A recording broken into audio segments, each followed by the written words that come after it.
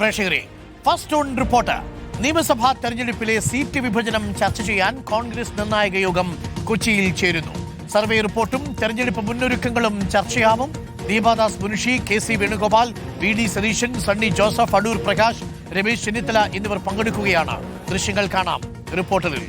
പ്രിയപ്പെട്ട പ്രേക്ഷകരെ, ഇതാണ് ആ എക്സ്ക്ലൂസീവ് ദൃശ്യങ്ങളാണ്. ഇപ്പോൾ പ്രതികരിക്കാനില്ല. നിർണായകമായ തെരഞ്ഞെടുപ്പ് ഒരുക്കങ്ങളാണ് നടക്കുന്നത്. നിർണായകമായ തെരഞ്ഞെടുപ്പ് യോഗം ഇപ്പോൾ കൊച്ചിയിൽ പുരോഗമിക്കുകയാണ്. മുതിർന്ന നേതാക്കൾ എല്ലാവരുമുണ്ട്.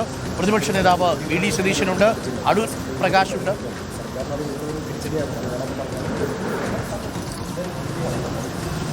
ആരും കാര്യമായി പ്രതികരിച്ചിട്ടില്ല.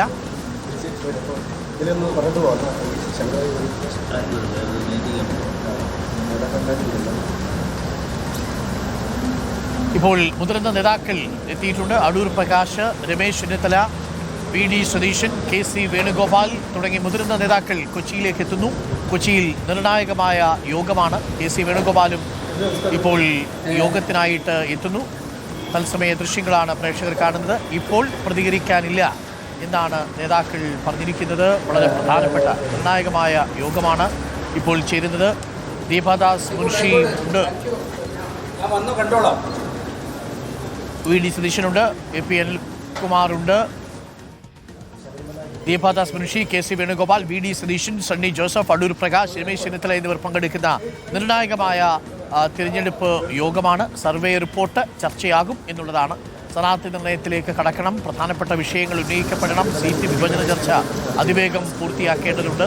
നേതാക്കൾ നമ്മളോട് മീറ്റിംഗിന് മുമ്പ് പ്രതികരിച്ചിട്ടില്ല. മീറ്റിംഗിന് ശേഷം നേതാക്കളുടെ പ്രതികരണം നമ്മൾ പ്രതീക്ഷിക്കുന്നു. ലിബി സജീന്ദ്രനുണ്ട്. ലിബി സജീന്ദ്രൻ, വളരെ പ്രധാനപ്പെട്ട മീറ്റിംഗാണ്. ഞായറാഴ്ച ഇന്ന് പുതിയുഗ യാത്രയ്ക്ക് അവധിയാണ്, സൺഡേ ആയതുകൊണ്ട്.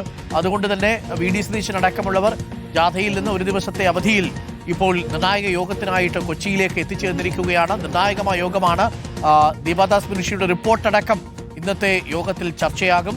സീറ്റ് വിഭജന ചർച്ച, മറ്റ് കേരള കോൺഗ്രസ് എമ്മുമായും മുസ്ലിം ലീഗുമായിട്ടുമുള്ള സീറ്റ് വിഭജന ചർച്ചയുടെ കാര്യത്തിലും ഇന്നൊരു തീരുമാനമുണ്ടാക്കേണ്ടതുണ്ട്. ആദ്യം കോൺഗ്രസിലെ മുതിർന്ന നേതാക്കൾ ഇക്കാര്യങ്ങളൊക്കെ വിശദമായി പരിശോധിക്കുന്നു എന്നുള്ളതാണ്.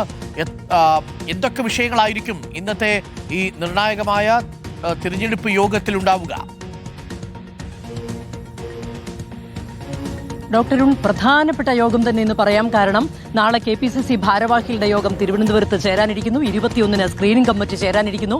അതിനിടയിൽ VD സതീശന്റെ സൗകര്യം കൂടി കണക്കിലെടുത്തുകൊണ്ടാണ് ഇന്ന് കൊച്ചിയിൽ ഈ നിർണായക യോഗം നടക്കുന്നത്. തീർച്ചയായും സീറ്റ് വിഭജന ചർച്ച തന്നെയാണ് പ്രധാന അജണ്ട. കാരണം സീറ്റ് വിഭജനം മുസ്ലിം ലീഗ് 2 സീറ്റ് കൂടി ആവശ്യപ്പെട്ടിരിക്കുന്നു. കേരള കോൺഗ്രസുമായി സീറ്റ് വിഭജന ചർച്ച ഔദ്യോഗികമായി നടന്നിട്ടില്ല. RSP, CMB അടക്കമുള്ള മറ്റ് ഘടകകക്ഷികൾക്കുള്ള സീറ്റിന്റെ കാര്യത്തിൽ തീരുമാനമെടുക്കണം. ഇതെല്ലാം സംബന്ധിച്ച ഒരു രൂപരേഖ ഉണ്ടാക്കുക എന്നത് തന്നെയാണ് ഇന്നത്തെ യോഗത്തിന്റെ പ്രധാന അജണ്ട. ഇന്ന് ഒരു തീരുമാനം, ഒരു രൂപരേഖ ഉണ്ടാക്കിയിട്ട് വേണം സീറ്റ് വിഭജനവുമായി ബന്ധപ്പെട്ട ഔദ്യോഗിക ചർച്ചകളിലേക്ക്, തുടർ ചർച്ചകളിലേക്ക് കടക്കാൻ. അതിന്റെ ഒരു കൃത്യമായ തീരുമാനം ഇന്നുണ്ടാകും. അതുകൊണ്ടാണ് പ്രധാനപ്പെട്ട നേതാക്കൾ എല്ലാവരുമുണ്ട്. ദീപാദാസ് മുൻഷിയുണ്ട്, KC വേണുഗോപാലുണ്ട്, പ്രതിപക്ഷ നേതാവ് VD സതീശനുണ്ട്, KPC president Sunny Joseph ഉണ്ട്, രമേശ് ചെന്നിത്തലയുണ്ട്, അടൂർ പ്രകാശുണ്ട്. അങ്ങനെ പ്രധാനപ്പെട്ട നേതാക്കൾ എല്ലാവരും തന്നെ AP അനിൽകുമാർ അടക്കമുള്ള KPC ഭാരവാഹികളുണ്ട്. ഈ പ്രധാനപ്പെട്ട നേതാക്കൾ എല്ലാവരും ഇന്ന് ഇവിടെ ഒത്തുചേർന്നിട്ട് ഈ യോഗം ചേർന്ന് ഇതിനൊരു രൂപരേഖ ഉണ്ടാക്കും. അതുമാത്രമല്ല, ഈ തിരഞ്ഞെടുപ്പിന്റെ ഒരു സാധ്യത, ആർക്കാണ് വിജയസാധ്യത എന്നൊക്കെ കണക്കിലെടുത്തുകൊണ്ടുള്ള സർവേ ഫലങ്ങൾ കയ്യിലുണ്ട്. ഇത് സംബന്ധിച്ചുള്ള ഒരു ചർച്ച ഇന്ന് നടക്കും. അതുമാത്രമല്ല, നാളെ KPCC ഭാരവാഹികളുടെയും ഒപ്പം രാഷ്ട്രീയകാര്യ സമിതി അംഗങ്ങളുടെയും MLA-മാരുടെയും MP-മാരുടെയും വിശാലമായ യോഗമാണ് തിരുവനന്തപുരത്ത് നടക്കുക. ആ KPCC യോഗത്തിന് മുന്നോടിയായി കൃത്യമായി എന്തൊക്കെ വിഷയങ്ങൾ നാളെ അവതരിപ്പിക്കണം എന്നുള്ള കാര്യത്തിലും ഇന്ന് തീരുമാനമെടുക്കും. അതുമാത്രമല്ല, ഘടകകക്ഷികളുടെ സീറ്റ് ചർച്ച തന്നെയാണ് ഏറ്റവും പ്രധാനപ്പെട്ട അജണ്ട എന്ന് ഞാൻ സൂചിപ്പിച്ചു. അതുപോലെ തന്നെയാണ് രമേശ് ചെന്നിത്തലയ്ക്ക് പ്രചാരണ കമ്മിറ്റിയുടെ ചുമതല കൊടുത്തിട്ടുണ്ട്. അത് സംബന്ധിച്ച് എന്തൊക്കെ മുന്നൊരുക്കങ്ങളാണ് പ്രചാരണ രംഗത്ത് വേണ്ടത് എന്നുള്ളതിന്റെ ഒരു രൂപരേഖ ഇന്ന് തയ്യാറാക്കും. അതുകൊണ്ട് തന്നെ എല്ലാ പ്രധാനപ്പെട്ട നേതാക്കളും ഒരുമിച്ചെത്തിയിരിക്കുന്നു. ഈ കാര്യങ്ങളൊക്കെ സർവേ ഫലം പ്രധാനമായും ചർച്ച ചെയ്യും. അതുമാത്രമല്ല, 20-ന് ഒരു പക്ഷേ സിറ്റിംഗ് MLA-മാരുടെ സ്ഥാനാർത്ഥിത്വം പ്രഖ്യാപിക്കും എന്നുള്ളൊരു സൂചനയും വരുന്നുണ്ട്. 21-ന് സ്ക്രീനിംഗ് കമ്മിറ്റിയുണ്ട്. ഇതെല്ലാമായി ബന്ധപ്പെട്ട ഏകദേശം ഒരു തീരുമാനം ഇന്ന് എടുത്തിട്ട് വേണം നാളത്തെ KPCC ഭാരവാഹികളുടെ യോഗത്തിൽ അവതരിപ്പിക്കാൻ. അതുകൊണ്ട് തന്നെ ഈ പ്രധാനപ്പെട്ട കാര്യങ്ങളെല്ലാം തന്നെ ചർച്ച ചെയ്യും. ഘടകകക്ഷി നേതാക്കളെ ഇന്നത്തെ ചർച്ചയിലേക്ക് വിളിച്ചിട്ടില്ല. അതിന്റെ കാരണം ഇന്ന് കോൺഗ്രസിനുള്ളിൽ ഈ നേതാക്കൾ ചർച്ച ചെയ്ത് ഇതിനൊരു തീരുമാനം എടുത്തിട്ട് വേണം. ഇപ്പോൾ മുസ്ലിം ലീഗ് ആവശ്യപ്പെട്ടിരിക്കുന്നത് പോലെ 2 സീറ്റ് അധികം നൽകേണ്ടതുണ്ടോ? അങ്ങനെയാണെങ്കിൽ കേരള കോൺഗ്രസുമായി ഏത് രീതിയിലുള്ള അനുരഞ്ജന ചർച്ച മുന്നോട്ട് കൊണ്ടുപോകണം, RSPയും CMPയും അടക്കമുള്ള മറ്റ് ഘടകകക്ഷികളുമായുള്ള ചർച്ച ഏതു തരത്തിൽ വേണം, ഇതിന്റെയൊക്കെ ഒരു തീരുമാനം ഇന്നത്തെ യോഗത്തിൽ എടുക്കുക തന്നെ വേണം. അതുകൊണ്ട് വളരെ നിർണായകം തന്നെയാണ് ഡോക്ടർ അരുൺ ഇന്ന് കൊച്ചിയിൽ ചേർന്ന റിപ്പോർട്ടും ആഴത്തിൽ ഇന്ന് ചർച്ചയാകാൻ സാധ്യതയുണ്ടോ? പ്രത്യേകിച്ച് സ്ഥാനാർത്ഥികളെ സംബന്ധിച്ചുകൊണ്ടുള്ള ഒരു ചർച്ച ഒരു ഭാഗത്ത് നടക്കുന്നുണ്ട്.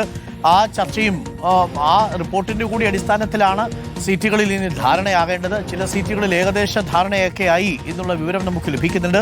സിറ്റിംഗ് MLA-മാരുടെ കാര്യത്തിലും തീരുമാനമായിട്ടുണ്ട്.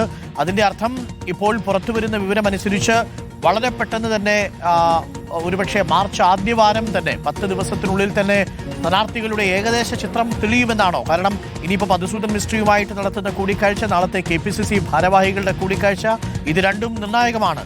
അത് കഴിഞ്ഞാൽ പിന്നെ ഇനി തെരഞ്ഞെടുപ്പ് രംഗത്തേക്ക് നേരിട്ടിറങ്ങും. ഈ മാർച്ച് 6-ാം തീയതി VD സതീശന്റെ യാത്ര അവസാനിക്കുമ്പോൾ തന്നെ മുഴുവൻ സ്ഥാനാർത്ഥി പട്ടികയും പുറത്തുവിടാൻ കഴിയുമെന്നൊരു ആത്മവിശ്വാസമുണ്ടോ ഇപ്പോൾ?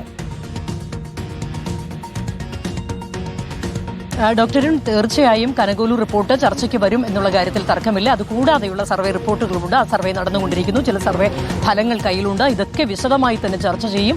സ്ഥാനാർത്ഥികളുടെ കാര്യത്തിലെ ചില സീറ്റുകളുടെ കാര്യത്തിലൊക്കെ ധാരണയായിട്ടുണ്ട്, സിറ്റിംഗ് സീറ്റ് കൂടാതെ. അക്കാര്യത്തിലൊക്കെ എനിക്ക് തോന്നുന്നു ഇപ്പോൾ ലഭിക്കുന്ന വിവരം അനുസരിച്ച് ഒറ്റഘട്ടത്തിലല്ലാതെ ഘട്ടഘട്ടമായി തന്നെ ആയിരിക്കും ഇതിന്റെ പ്രഖ്യാപനം നടക്കുക. അങ്ങനെയെങ്കിൽ 21 നടക്കുന്ന സ്ക്രീനിംഗ് കമ്മിറ്റിക്ക് തൊട്ട് മുൻപായിട്ട് 20 തന്നെ ഒരുപക്ഷെ സിറ്റിംഗ് MLA-മാരുടെ കാര്യത്തിൽ ഒരു പ്രഖ്യാപനം വന്നേക്കും. അതിലേതെങ്കിലും രീതിയിലുള്ള ആശയക്കുഴപ്പം ചില സീറ്റുകളെ ചൊല്ലിയുണ്ടെങ്കിൽ അതും ഇതിനുള്ളിൽ തന്നെ പരിഹരിക്കും. VD സതീശന്റെ യാത്ര അവസാനിക്കുന്നതിന് മുമ്പ് ഇതിലൊക്കെ ധാരണയാകും എന്നുള്ള കാര്യം ഉറപ്പാണ്. സീറ്റിന്റെ കാര്യത്തിൽ ഒരു ധാരണ വന്നതിന് ശേഷം പ്രഖ്യാപനം. ഏതെങ്കിലും സീറ്റിൽ ആശയക്കുഴപ്പമുണ്ടെങ്കിൽ, അതല്ല ഘടകകക്ഷികളുമായി വച്ചുമാറുന്ന സീറ്റിൽ ആശയക്കുഴപ്പമുണ്ടെങ്കിൽ ആ സീറ്റുകൾ മാത്രമായിരിക്കും പിന്നീടേക്ക് മാറ്റിവെക്കുക. അതുകൂടാതെ കൊല്ലത്ത് ശ്രീനാരായണ ഗുരുവും മഹാത്മാഗാന്ധിയും കൂടിക്കാഴ്ച നടത്തിയതിന്റെ 100-ാം വാർഷികം വരികയാണ്. അതിന്റെ ശതാബ്ദി ആഘോഷവുമായി ബന്ധപ്പെട്ട രാഹുൽ ഗാന്ധിയെ കൊല്ലത്തേക്ക് എത്തിക്കുന്നുണ്ട്. ഇതിന്റെ ഈ കാര്യവും ഇവിടെ ചർച്ചയ്ക്ക് വരുന്നുണ്ട്. പ്രിയങ്ക ഗാന്ധിയെ കൂടെ കൊണ്ടുവരിക എന്നൊരു ആലോചനയും യോഗത്തിൽ വന്നിട്ടുണ്ട് എന്നാണ് മനസ്സിലാകുന്നത്. ഏതായാലും ഇതൊക്കെ ചർച്ച ചെയ്തുകൊണ്ടിരിക്കുന്നു. ഡോക്ടർ അരുൺ. Thank U.